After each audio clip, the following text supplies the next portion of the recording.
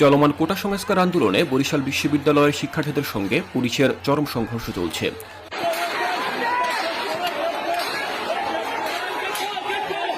আন্দোলনরত শিক্ষার্থীদের থামাতে বিশ্ববিদ্যালয়ের গেট আটকে দিয়ে পুলিশ সামনে থেকে ঘেরাও করে রাখে। এদিকে ভেতর থেকে শিক্ষার্থীরা স্লোগান দিতে থাকে। এক পর্যায়ে পুলিশি হামলা থেকে বাঁচতে এবং পুলিশকে সরিয়ে দিতে শিক্ষার্থীরা ভেতর থেকে ইট পাটকেল নিক্ষেপ করে।